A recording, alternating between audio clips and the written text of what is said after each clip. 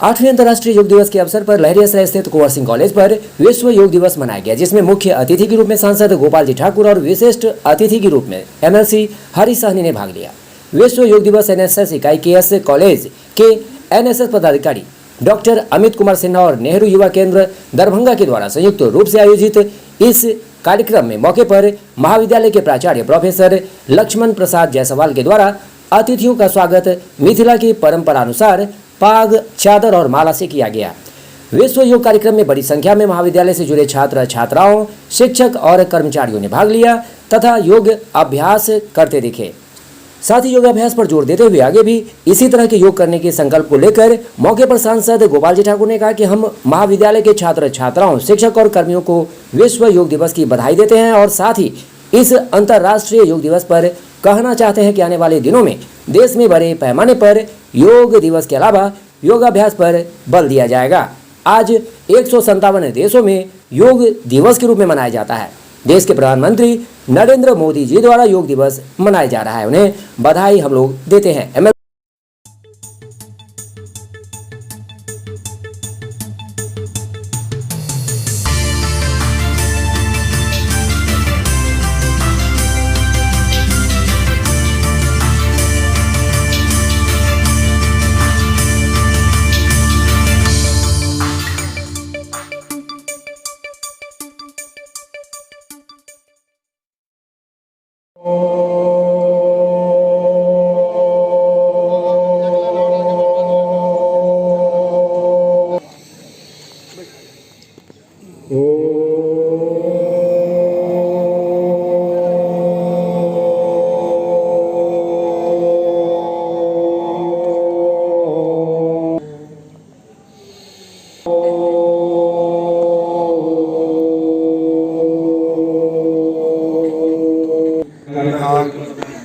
अंतर्राष्ट्रीय योग दिवस के शुभ अवसर पर जो KS कॉलेज में आयोजन किया गया है, समस्त यहाँ के बच्चों, बच्चियों, अभिभावकों सबको हम अपने तरफ से शुभकामना देना चाहते हैं।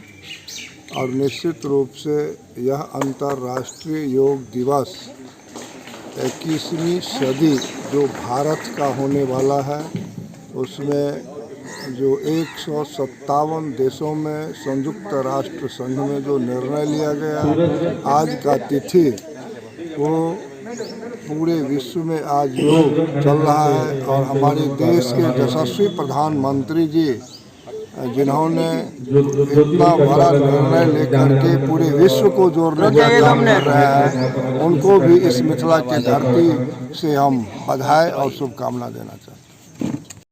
आज अंतर्राष्ट्रीय योग दिवस भारत के कहने पर पूरे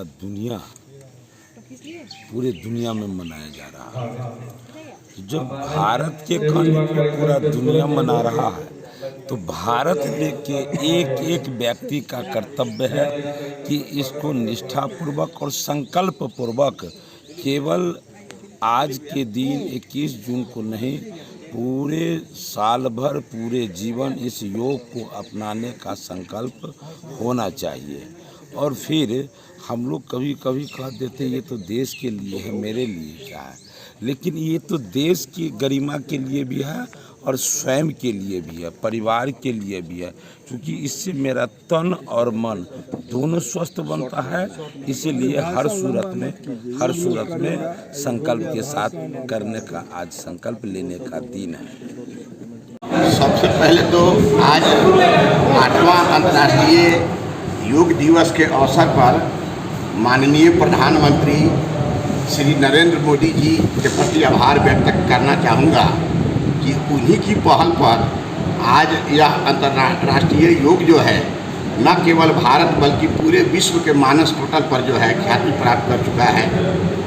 योग का हमारे जीवन में बहुत ही महत्व है, विशेष करके विद्यार्थियों के लिए, क्योंकि जितना पढ़ना जरूरी है उससे कम योग भी जरूरी नहीं है।